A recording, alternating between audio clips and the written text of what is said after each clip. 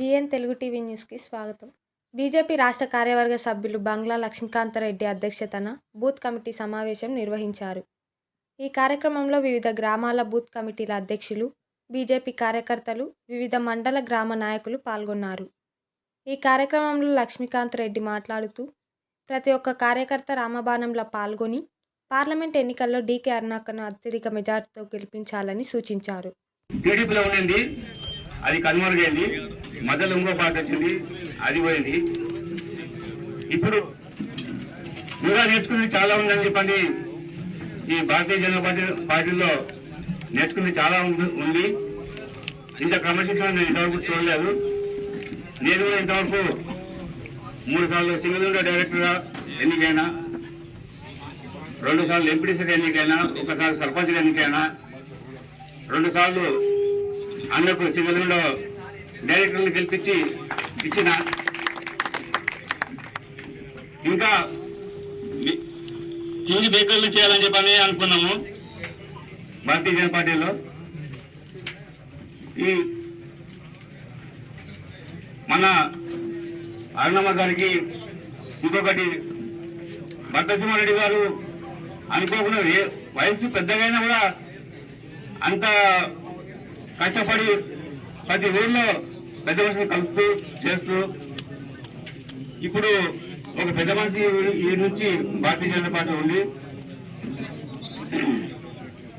ఆయన ఓడిపోయినా కూడా ఈ 40 మండలంలో 40 గ్రామంలో ఖాళీ అయితే,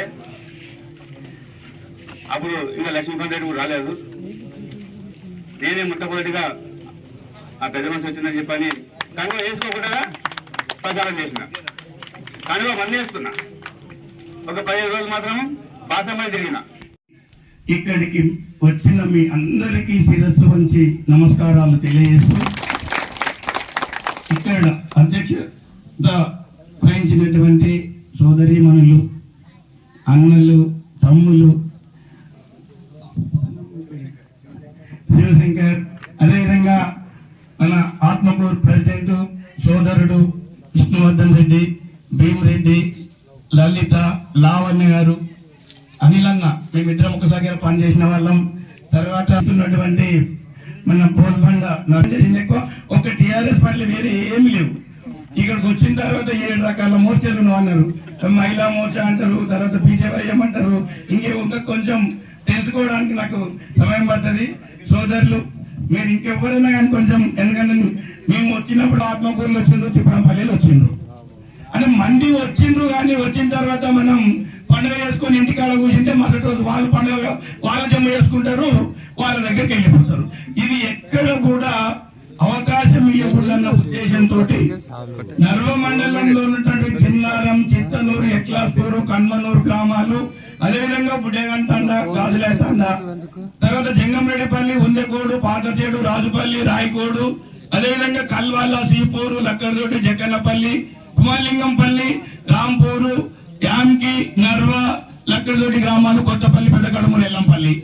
అదేవిధంగా మన అమర్చింత నుంచి తీసుకుంటే చింతరెడ్డిపల్లి, మిట్ల మల్ల, ఆర్ఆర్ సెంటర్, కృష్ణ, ప్రతి ఒక్కరు వచ్చి మీకు వెన్నుదన్నుగా నిలిచి మీ యొక్క ఇబ్బందుల్లో పాలు పంచుకుంటూ మీకు మోటివేషన్ చేసి, ఎందుకంటే కొంతమంది దగ్గరికి వెళ్తే అక్కడ ఇప్పుడు మేమన్నాం అన్ని గ్రామాలు బాగున్నాయి, నర్వ మండలంలోనే ఒక బెగ్గరపల్లి పోలేదన్నారు, నర్వ కూడా ప్రచారం చేయలేదు. మేము ఇప్పుడు నేను అన్ని గ్రామాలు తిరిగి వచ్చిన నర్వ గ్రామంలో ప్రచారం చేయలేదు. అయితే మాకేమున్నదంటే ఇది ఎక్కడ ఉన్న ఊరు ఉంటుంది, కానీ నా కాన్సన్ట్రేషన్ అంతా బయట వాళ్ళందరినీ సిస్టమేటిక్ చేసుకుంటూ పోతే నా నర్వ ఖచ్చితంగా వెళ్తా. నర్వలో ఆల్రెడీ చెప్పుకున్నాం, ఏ ఇబ్బంది లేదన్న ఉద్దేశంతో ఆత్మకూరు మండలంలో ఒక మూలమల్లనే లీడ్ ఇచ్చింది. ఎందుకంటే మొన్ననే వచ్చి కాంగ్రెస్ వచ్చి ఒక ఊరి గ్రామంలో పిల్లలు నిద్రపోకుండా ఏం చేయాలని ఇప్పుడు పూర్తి ఎంత వస్తుంటారంటే అంత వస్తుంటారు.